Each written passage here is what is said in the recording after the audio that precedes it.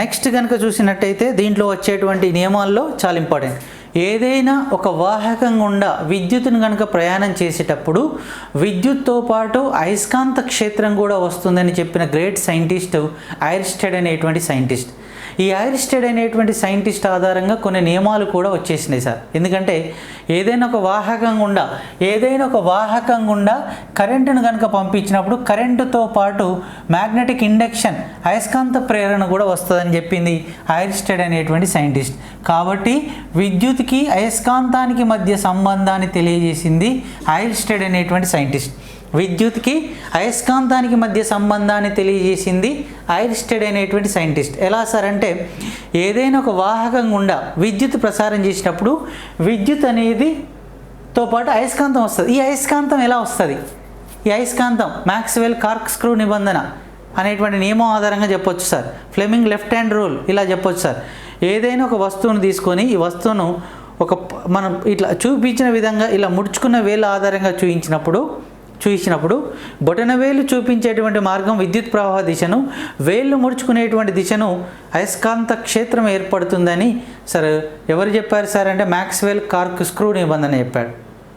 Ampere కుడి చేతి నిబంధన. ఆంపియర్ అనేటువంటి సైంటిస్టు బొటనవేలు చూపించేటువంటి మార్గము విద్యుత్ పోతుంది, ముడుచుకున్న వేళ్ళు చూపించేటువంటి మార్గము సార్ ఆడ అయస్కాంత ప్రేరణ ఏర్పడుతుందని కొన్ని నియమాలు వచ్చినాయి సార్. ఈ నియమాల ఆధారంగా ఫ్లెమింగ్ ఫస్ట్ అండ్ సెకండ్ లా గురించి మనం మాట్లాడితే ఒక్కసారి చూడండి సార్. విద్యుత్ ప్లస్ ఐర్స్టెడ్. ఏదైనా ఒక వాహకం గుండా విద్యుత్తో పాటు సార్ అయస్కాంత క్షేత్రం వస్తుందని ఐర్స్టెడ్. ఏదైనా ఒక వాహకం గుండా విద్యుత్తో పాటు ఉష్ణ శక్తి వస్తున్నది జౌల్ అనేటువంటి సైంటిస్ట్. ఏదైనా ఒక వాహకం గుండా విద్యుత్తో పాటు అయస్కాంత క్షేత్రం వస్తుందని మనకు తెలుసు. ఈ అయస్కాంత క్షేత్రం ఏ దిశలో వస్తుంది అని చెప్పడానికి కొన్ని నియమాలు ఉన్నాయి. ఫస్ట్ది very very important sir, ampere కుడి చేతి నిబంధన. ఆంపియర్ కుడి చేతి నిబంధన ఓకేనా. ఆంపియర్ రైట్ హ్యాండ్ లా. నెక్స్ట్ మ్యాక్స్వెల్స్ కార్క్ స్క్రూ నిబంధన. మ్యాక్స్వెల్స్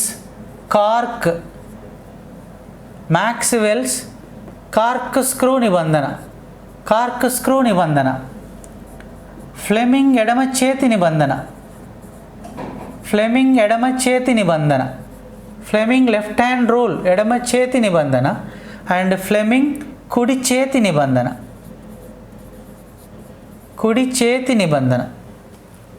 కాబట్టి కొంచెం మైండ్లో గుర్తుపెట్టుకోండి సార్. ఇవన్నీ కూడా ఏదైనా ఒక వాహకం గుండా కరెంటు ప్రయాణం చేసేటప్పుడు కరెంటుతో పాటు అయస్కాంత క్షేత్రం. ఇప్పుడు ఆంపియర్ కుడి చేతి నిబంధన ఏం చెప్తుంది? జాగ్రత్త సార్, ఇదొక నా చేయిగా చెప్తాం ఓకేనా సార్. దీంట్లో కనుక చేతిని కనుక చూస్తే దీన్ని థంబ్ అంటాం, దీన్ని 4 ఫింగర్ అంటాం, మిడిల్ ఫింగర్ అంటాం, రింగ్ ఫింగర్ అంటాం, స్మాల్ ఫింగర్ అంటాం. ఇప్పుడు ఎగ్జాంపుల్, ఇది ఒక వస్తువు. ఈ వస్తువును నేను ఇట్లా చూపించే విధంగా పట్టుకున్నాను సార్. సరే 4 వేళ్ళు ఆ వస్తువును ముడుచుకునే విధంగా బొటనవేలు ఇలా చూపిస్తుంది అనుకోండి. బొటనవేలు చూపించేటువంటి మార్గం విద్యుత్ ప్రవాహ దిశను, ముడుచుకున్న వేళ్ళు చూపించేటువంటి మార్గం అయస్కాంత ప్రేరణ తెలియజేస్తుందిగా చెప్పాలి.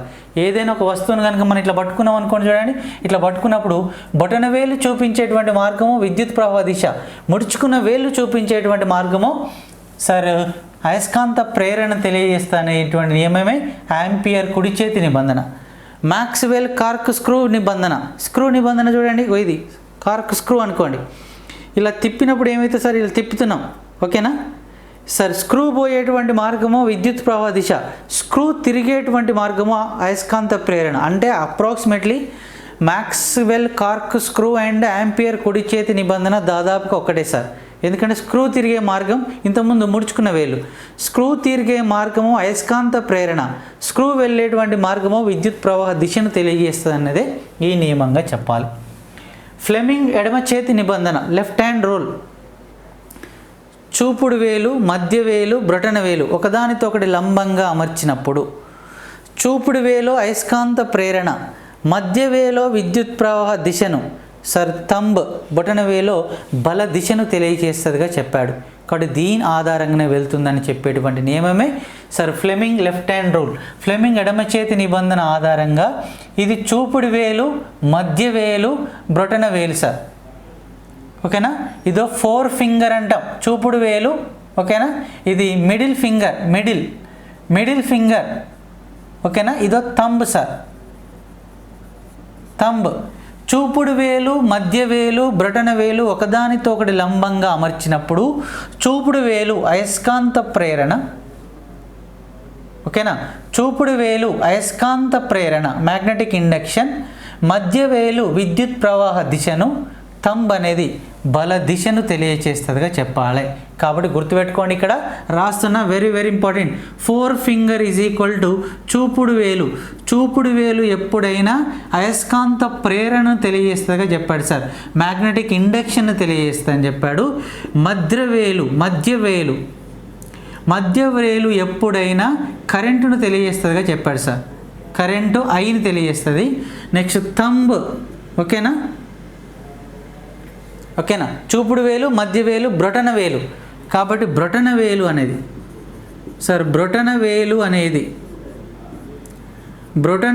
అనేది ఎప్పుడైనా బల దిశను తెలియచేస్తుందిగా చెప్పాడు. కాబట్టి ఇదే ఫ్లెమింగ్ లెఫ్ట్ హ్యాండ్ రూల్గా చెప్తాం, ఇది ఫోర్స్ను తెలియజేస్తుందిగా చెప్పాలి. ఓకేనా, వెరీ వెరీ. మరి ఫ్లెమింగ్ ఎడమ చేతి నిబంధన ఆధారంగా మనం చూస్తే,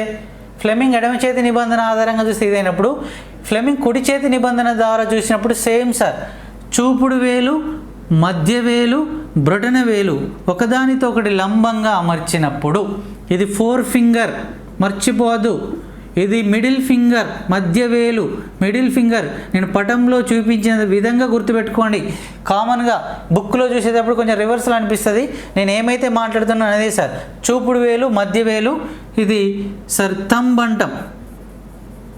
బ్రొటన వేలు ఒకదానితో ఒకటి లంబంగా అమర్చినప్పుడు చూపుడు వేలు ఎప్పుడైనా అయస్కాంత ప్రేరణ, మధ్య వేలు ఎప్పుడైనా విద్యుత్ దిశను, సార్ బొటన వేలు ఎప్పుడైనా ఇది వాహక దిశను తెలియజేస్తుంది సార్, వాహక దిశను తెలియజేస్తుంది. ఇది మోషన్ యొక్క పర్సంటేజ్. చూపుడు వేలుకు అంటే సార్ ఫ్లెమింగ్ లెఫ్ట్ హ్యాండ్ రూల్కును రైట్ హ్యాండ్ రూల్కు మెయిన్ ఇంపార్టెన్స్ ఏంటంటే sir same answer I and B, కానీ సార్ థంబ్ మాత్రమే change. Left hand and right హ్యాండ్లో థంబ్ అనేది చూస్తే లెఫ్ట్ హ్యాండ్ చూపుడు వేలు, మధ్య వేలు, బ్రొటన వేలు ఒకదానితో ఒకటి లంబంగా అమర్చినప్పుడు చూపుడు వేలు అయస్కాంత ప్రేరణ, మధ్య వేలు విద్యుత్ ప్రవాహ దిశ, సార్ థంబ్ మా బొటన వేలు సార్ బల దిశను తెలియజేస్తుందిగా చెప్పాలి. మరి రైట్ హ్యాండ్లో చూపుడు వేలు, మధ్య వేలు, బ్రొటన వేలు ఒకదానితో ఒకటి లంబంగా అమర్చినప్పుడు చూపుడు వేలు అయస్కాంత ప్రేరణ, మధ్య వేలు విద్యుత్ ప్రవాహ దిశను, బ్రొటన వేలు మాత్రం వాహక దిశను తెలియజేస్తుంది. ఈ రెండు సేమే సార్. ఇది మాత్రం బల దిశ లెఫ్ట్ హ్యాండ్ది, రైట్ది మాత్రం వాహక దిశ, మోషన్ యొక్క సార్ దిశను తెలియజేస్తుంది. ఇది మాత్రం ఫోర్స్ను తెలియజేస్తుందిగా చెప్పాలి. ఈ నియమాల ఆధారంగానే అద్భుతమైన నియమాలు బయటకు వచ్చినాయి. అందులో కనుక చూస్తే electrical motor and AC dynamo map ద్వారా మీకు పాయింట్లో ఇప్పుడు అంతా కూడా మనం థియరీ పార్ట్కు సంబంధించినటువంటి ఇన్ఫర్మేషన్ ఇస్తున్నాం. తర్వాత నెక్స్ట్ ఏంటంటే టెక్నికల్కి అప్పుడు ఏసీ డైనమో ట్రాన్స్ఫార్మర్ అనేది పర్ఫెక్ట్గా ఆర్మేచర్ 0 to 180 degrees ఎలా తిరుగుతుంది అంతా కూడా ఒక చార్ట్ ఆధారంగా మనం వేయొచ్చు. కానీ ఇక్కడ కనుక మనం అబ్జర్వ్ చేస్తే కాబట్టి వెరీ వెరీ ఇంపార్టెంట్. ఏదైనా ఒక వాహకం గుండా విద్యుత్తో పాటు ఓకేనా అయస్కాంత క్షేత్రం కూడా ఏర్పడుతుంది.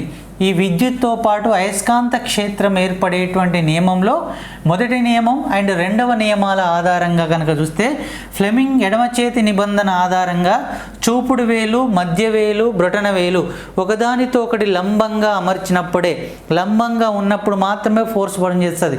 లంబంగా అమర్చినప్పుడు చూపుడు వేలు అయస్కాంత ప్రేరణ, మధ్య వేలు విద్యుత్ ప్రవాహ దిశ అండ్ బ్రొటన వేలు బల దిశను తెలియజేస్తుంది, ఫోర్స్ను తెలియజేస్తుంది. Next Fleming right hand rule.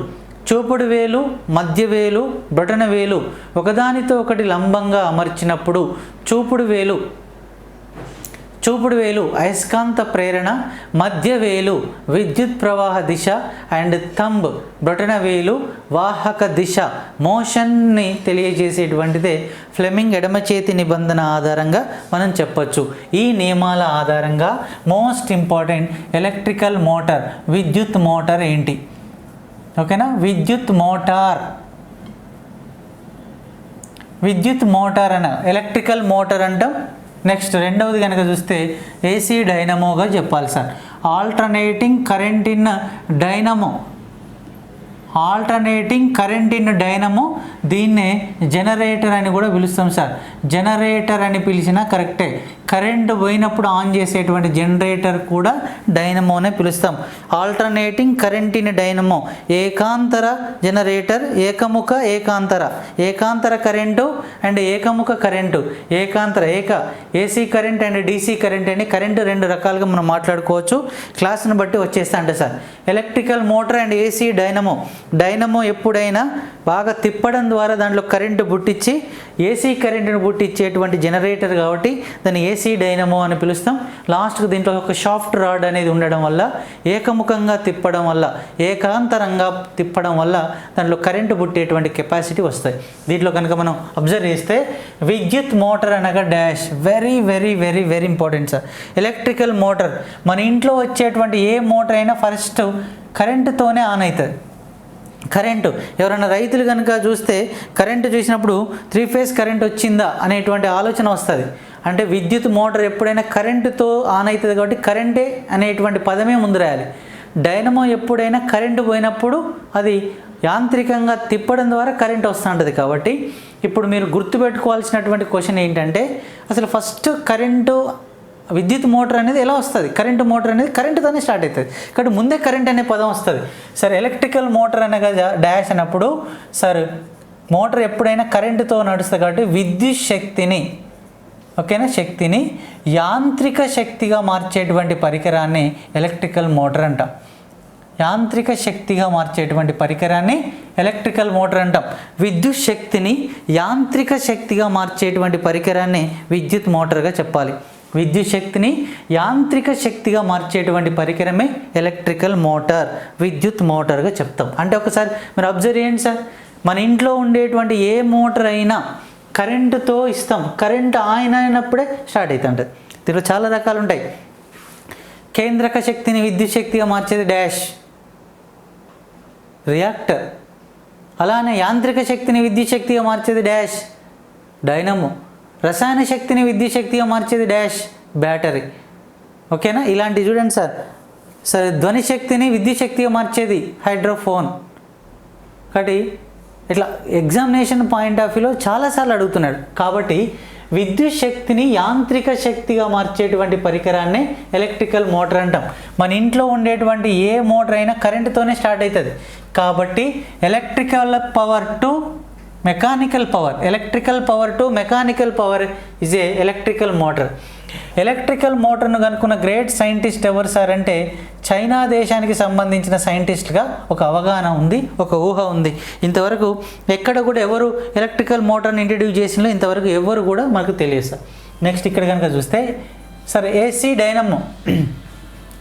Dynamo ఎప్పుడైనా కరెంటు పోయినప్పుడు పనిచేస్తుంది కాబట్టి యాంత్రిక శక్తిని, ఓకేనా, యాంత్రిక శక్తిని విద్యుత్ శక్తిగా మార్చేటువంటి పరికరాన్ని, విద్యుత్ శక్తిగా మార్చేటువంటి పరికరాన్ని డైనమోగా పిలుస్తాం. కాబట్టి మర్చిపోదు, యాంత్రికంగా తిప్పడం ద్వారా కరెంటును ఆన్ చేసేటువంటి పరికరం. సరే, మనం ఒకసారి అబ్జర్వ్ చేయండి. ఏదైనా షాపింగ్ మాల్ పోయినప్పుడు ఏంటంటే కరెంటు పోతుంది సార్. కరెంటు పోగానే ఏం చేస్తాం సార్, ముందు ఉండేటువంటి జనరేటర్కి సంబంధించి తీసి ఒకసారి ఇట్లా పెట్టి ఇట్లా ఆన్ చేస్తాడు. ఆన్ చేయగానే అది యాంత్రికంగా తిప్పడం ద్వారా ఒక్కటేసారి కరెంట్ అనేది బయటకు వస్తూ ఉంటుంది. కాబట్టి యాంత్రికంగా తిప్పడం ద్వారా కరెంటు పుట్టించేటువంటి కెపాసిటీ అంతా కూడా మనం సరే ఏసీ డైనమో అంటాం. అంటే చూడండి, విద్యుత్ శక్తిని యాంత్రిక శక్తిగా మార్చేది మోటార్ అయితే యాంత్రికంగా తిప్పడం ద్వారా కరెంటు పోయినప్పుడు mechanical power to electrical power ఇలా చేసేటువంటి దాన్ని ఏసీ డైనమో అంటాం. ఏసీ డైనమోను ప్రతిపాదన చేసి కనుక్కున్న great scientist Michael Faraday sir. Michael Faraday అనేటువంటి సైంటిస్టు మనం ఏసీ డైనమో పితామహుడు అంటాం. కాబట్టి father of AC dynamo is equal Michael Faraday. కాబట్టి యాంత్రిక శక్తిని విద్యుత్ శక్తిగా మార్చేది డైనమో. కెమికల్ అంటే mechanical energy to electrical energy is a dynamo and electrical energy to mechanical energy to sir electrical మోటార్గా చెప్పాలి. ఇది మైకెల్ ఫారడే, ఇది చైనా దేశానికి సంబంధించిన సైంటిస్ట్. విద్యుత్ మోటార్లో పనిచేసేటువంటి ప్రిన్సిపల్ నేమ్, సూత్రం పేరును గుర్తించండి. విద్యుత్ మోటార్ ఏ సూత్రం ఆధారంగా పనిచేసింది? Principle of electrical motor. Fleming ఎడమ చేతి నిబంధన, Fleming left hand rule, Fleming ఎడమ చేతి నిబంధన, ఫ్లెమింగ్ ఎడమ చేతి నిబంధన అనేటువంటి ప్రిన్సిపుల్ ఆధారంగా ఎలక్ట్రికల్ మోటార్ వర్కౌట్ అవుతుంటుంది. ఫ్లెమింగ్ ఎడమ చేతి నిబంధన అనే సూత్రం ఆధారంగా విద్యుత్ మోటార్ పనిచేస్తుంది. కాబట్టి సార్ మీకు తెలుసు, చూపుడు వేలు, మధ్య వేలు, బ్రొటన వేలు ఒకదానితో ఒకటి లంబంగా అమర్చినప్పుడు చూపుడు వేలు అయస్కాంత ప్రేరణ, మధ్య వేలు విద్యుత్ ప్రవాహ దిశ, సార్ ఫోర్స్ మాత్రం బల దిశను తెలియజేసేటువంటిగా చెప్పాలి. మీకు తెలుసు, వెరీ వెరీ ఇంపార్టెంట్ సార్. ఇది 4 ఫింగర్ చూపుడు వేలు, ఇది మిడిల్ ఫింగర్,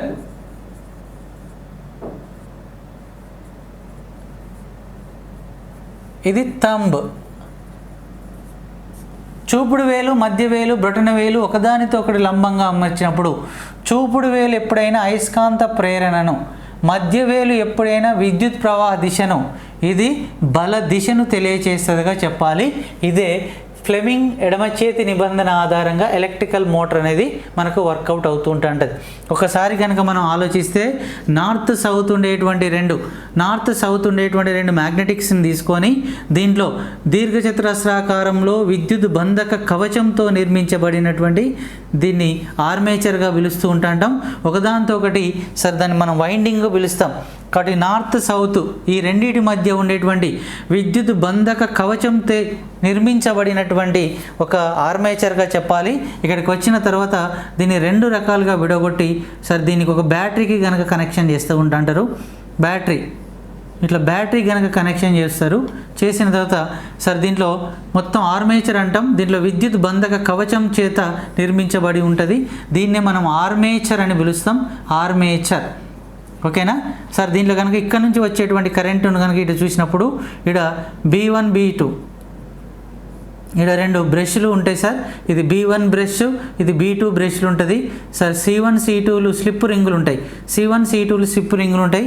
దీంట్లోకి వెళ్ళి ఇలా తిప్పినప్పుడు స్టార్ట్ చేసినప్పుడు ఇక్కడ ఇది నార్త్. దీంట్లోకి వెళ్ళి కరెంటు పోయినప్పుడు ఇది కూడా అయస్కాంతంగా మారుతుంది. ఇది అయస్కాంతంగా మారినప్పుడు ఇది నార్త్. సజాతి ధ్రువాలు ఎప్పుడైనా వికర్షణ గురవుతుంది కాబట్టి ఇటు సౌత్ సైడ్ పోతుంది.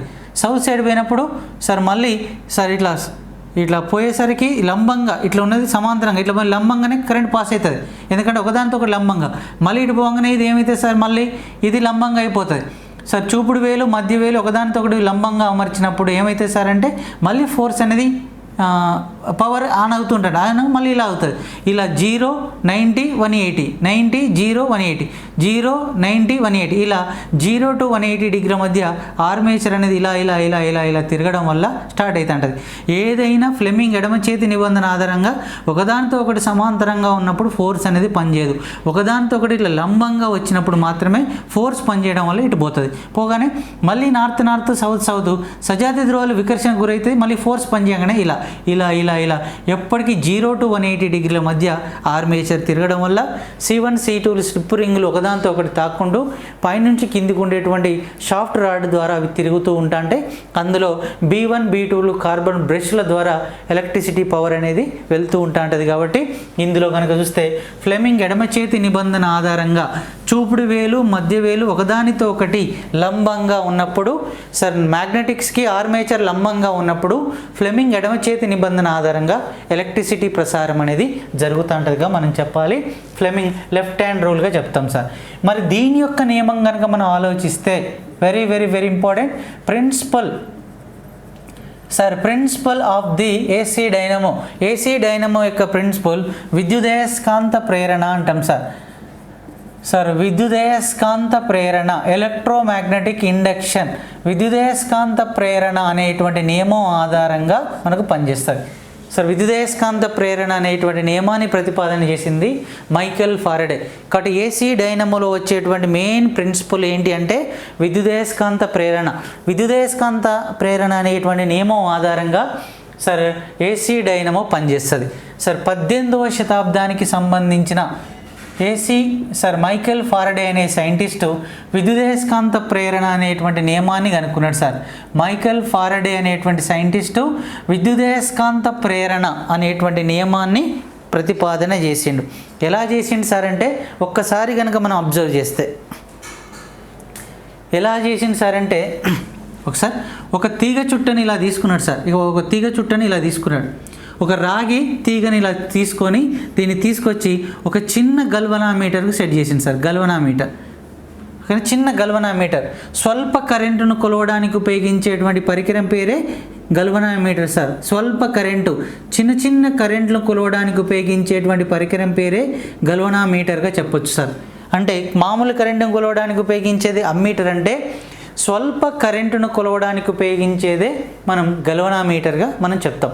ఓకేనా. ఒక రాగి తీగను తీసుకున్నాడు మైకేల్ ఫారడే 18th సెంచరీకి సంబంధించిన అప్రాక్సిమేట్లీ 1830-1852 ఈ సంవత్సరాల మధ్య మైకేల్ ఫారడే అనేటువంటి సైంటిస్ట్ విద్యుదయస్కాంత ప్రేరణ ఎలక్ట్రోమాగ్నెటిక్ ఇండక్షన్ అనేటువంటి ఒక నియమాన్ని రాసింది సార్. ఈ నియమం ఆధారంగా సార్ ఒక గల్వనామీటర్ని ఒక వైర్ తీగ చుట్టని ఇలా సెట్ చేసినాం సార్. సెట్ చేసి చూడండి, చిన్న గల్వనామీటర్ని సెట్ చేసిన, ఇదంతా కూడా ఒక రాగి తీగగా మీరు ఊహించుకోండి, కాపర్ తీగగా. దీంట్లో ఎక్కడ కరెంట్ లేదు, మీకు అబ్జర్వ్ చేయండి సార్, ఎక్కడ కరెంట్ లేదు, నేను కరెంటు కూడా ఇవ్వలేదు. ఇక్కడ దీనికి ఏం చేసిన సార్ అంటే నార్త్ సౌత్ ఉండేటువంటి ఒక బార్ మ్యాగ్నెటిక్ని తీసుకున్నా, నార్త్ సౌత్ ఉండేటువంటి ఒక అయస్కాంతాన్ని తీసుకున్నా. ఉత్తర దక్షిణ ధృవాలు ఉండేటువంటి ఒక అయస్కాంతాన్ని దండాయస్కాంతం అంటాం. బార్ మ్యాగ్నెట్ అయస్కాంతాలు చాలా రకాలు ఉంటాయి. గుర్రపు నాడ అయస్కాంతం, గుండ్రటి అయస్కాంతం, కడ్డీ అయస్కాంతం. ఏవైనా ఒక అయస్కాంతానికి నార్త్ అండ్ సౌత్ కనుక ఉన్నట్టయితే దీన్ని బార్ మ్యాగ్నెటిక్స్ అంటాం. ఇప్పుడు ఎగ్జాంపుల్ అదొక బార్ మ్యాగ్నెటిక్స్ సార్, దండాయస్కాంతం. ఒక తీగ చుట్టని ఇలా చుట్టేసి ఒక అయస్కాంతాన్ని సార్ దీని పైనుంచి, దీన్ని తాకకుండా కాదు, దీన్ని తాకియవద్దు సార్, దీని పైనుంచి ఒక ఉత్తర దక్షిణ ధృవాలు ఉండేటువంటి ఒక అయస్కాంతాన్ని పంపించిన. అయస్కాంతాన్ని పంపేగానే దీంట్లో గల్వనామీటర్ కొంచెం ఇట్లా రీడింగ్ చూపించడాన్ని అబ్జర్వ్ చేసింది. అరే ఏంటి మరి ఇలా వలయంలో ఎలాంటి కరెంటు లేదు, ఒక అయస్కాంతాన్ని కనుక వలయానికి కనుక గురి చేస్తే అయస్కాంతం వల్ల వలయంలో లైట్గా ఒక చిన్న ఎలక్ట్రిసిటీ పవర్ అనేది వస్తుంది. ఆ పవర్ అనేది మనం ఇలా పంపిస్తే దీనికి ఆపోజిట్ డైరెక్షన్లో వస్తుంది. ఆపోజిట్ డైరెక్షన్ని మనం ఈఎంఎఫ్ అంటాం, ఎలక్ట్రోమోటివ్ ఫోర్స్ అంటాం. విద్యుత్ చాలక బలం, ఎలక్ట్రోమోటివ్ ఫోర్స్ అనేది వస్తుంటుంది సార్. ఇక్కడ చూడండి, వలయంలో విద్యుత్ ప్రసారం లేకుండా బాహ్య అయస్కాంతం వల్ల వలయంలో కరెంటును పుట్టించేటువంటి ఈ కెపాసిటీనే విద్యుదయస్కాంత ప్రేరణ అంటాం. వలయంలో ఎలాంటి కరెంటు లేనప్పుడు అయస్కాంతం వల్ల వలయంలో కరెంటు పుట్టిస్తున్నాం. ఎలక్ట్రోమోటివ్ ఫోర్స్, విద్యుత్ స్వల్ప కరెంట్ అన్నట్టు. అంటే చూడండి, అయస్కాంతాలతోని కూడా కరెంటు పుట్టివచ్చు సార్. ఇప్పుడు చూడండి, మీరు ఏసీ డైనమోని కనుక చూస్తే ఏసీ డైనమో ఏం చేస్తుంది, సేమ్ 0 to 90 రాగానే మళ్ళీ కరెంట్ పాస్ అయ్యేది. మళ్ళీ సార్ 90 + 180 రాగానే మళ్ళీ డౌన్, మళ్ళీ 270, మళ్ళీ పైకి అప్, మళ్ళీ 360 డౌన్. సో 0 to 360 మధ్య కూడా ఆర్మేచర్ అనేది ఎప్పటికీ ట్రావెల్ చేస్తూ ఉంటుంది. కాబట్టి ఏంటంటే వలయంలో కరెంట్, ఎందుకంటే డైనమో ఎప్పుడైనా కరెంటు లేనప్పుడు అయస్కాంతాలతో కరెంటు పుట్టిస్తాం. వలయంలో ఎలాంటి విద్యుత్ ప్రసారం లేకుండా బాహ్య అయస్కాంతం వల్ల వలయంలో కరెంటును పుట్టించేటువంటి ప్రక్రియనే విద్యుదయస్కాంత ప్రేరణ అంటాం. ఈ విద్యుదయస్కాంత ప్రేరణ నియమం ఆధారంగా డైనమో పనిచేస్తుంది. కాబట్టి డైనమో సేమ్ డైనమో అనేది ఇదే సూత్రం ఆధారంగా పనిచేస్తుంది. కాబట్టి ఈ ప్రిన్సిపల్ ఆఫ్ ఎలక్ట్రోమాగ్నెటిక్ ఇండక్షన్, విద్యుదయస్కాంత ప్రేరణ వలయంలో కరెంటు లేనప్పుడు, విద్యుత్ ప్రసారం లేనప్పుడు బాహ్య అయస్కాంతం వల్ల వలయంలో కరెంటును పుట్టించేటువంటి ఈ కెపాసిటీని విద్యుదయస్కాంత ప్రేరణ అంటాం.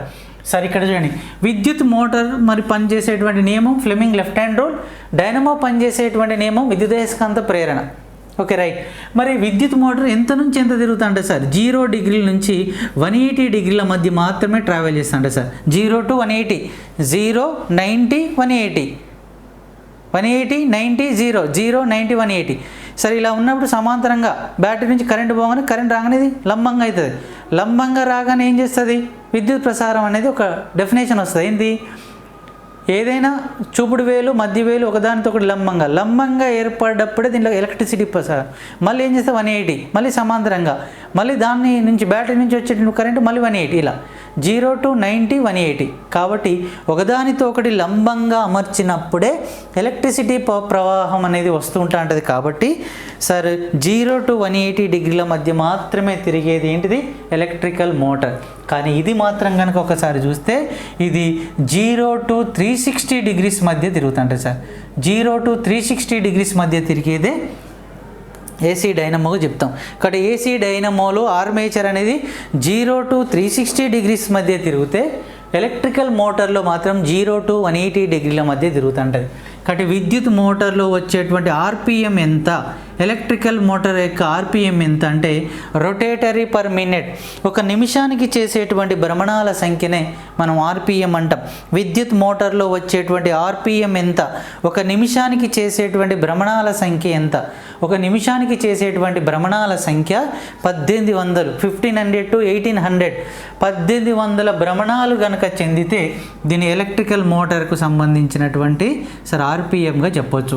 మరి దీని యొక్క ఆర్పిఎం ఎంత అంటే డైనమోకు ఆర్పిఎం అనేది నో ఆర్పిఎం ఉండదు.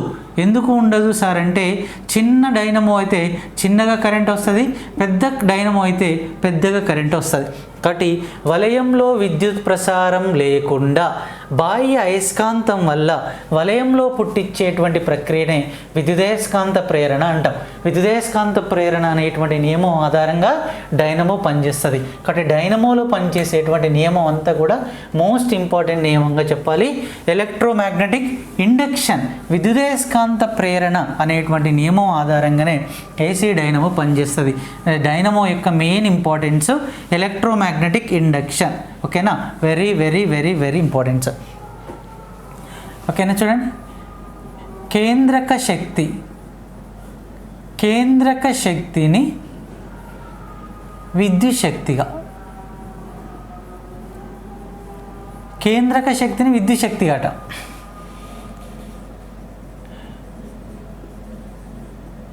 విద్యుత్ శక్తిని ధ్వని శక్తిగా,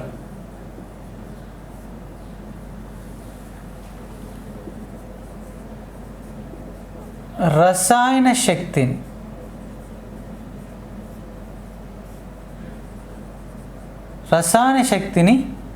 విద్యుత్ శక్తిగా, రసాయన శక్తిని విద్యుత్ శక్తిగా,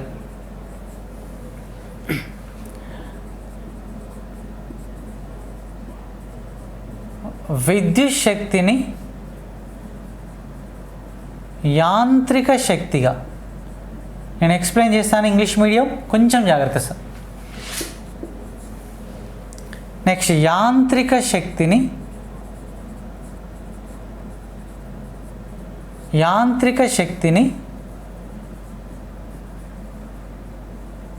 విద్యుత్ శక్తిగా.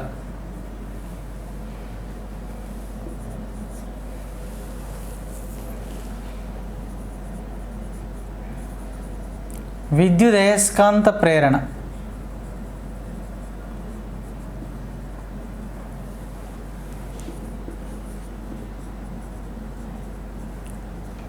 Faraday electrical analysis first law, Faraday electrical analysis second లా,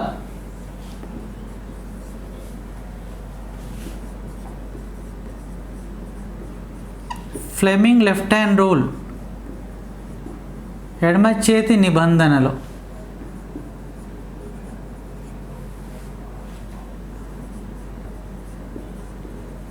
మధ్యవేలు డాష్,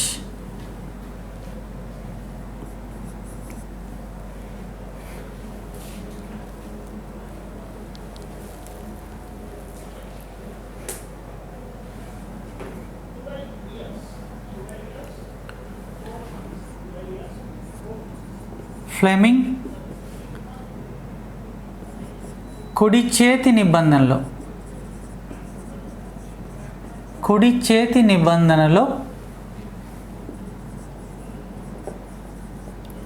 చూపుడు వేలు డాష్.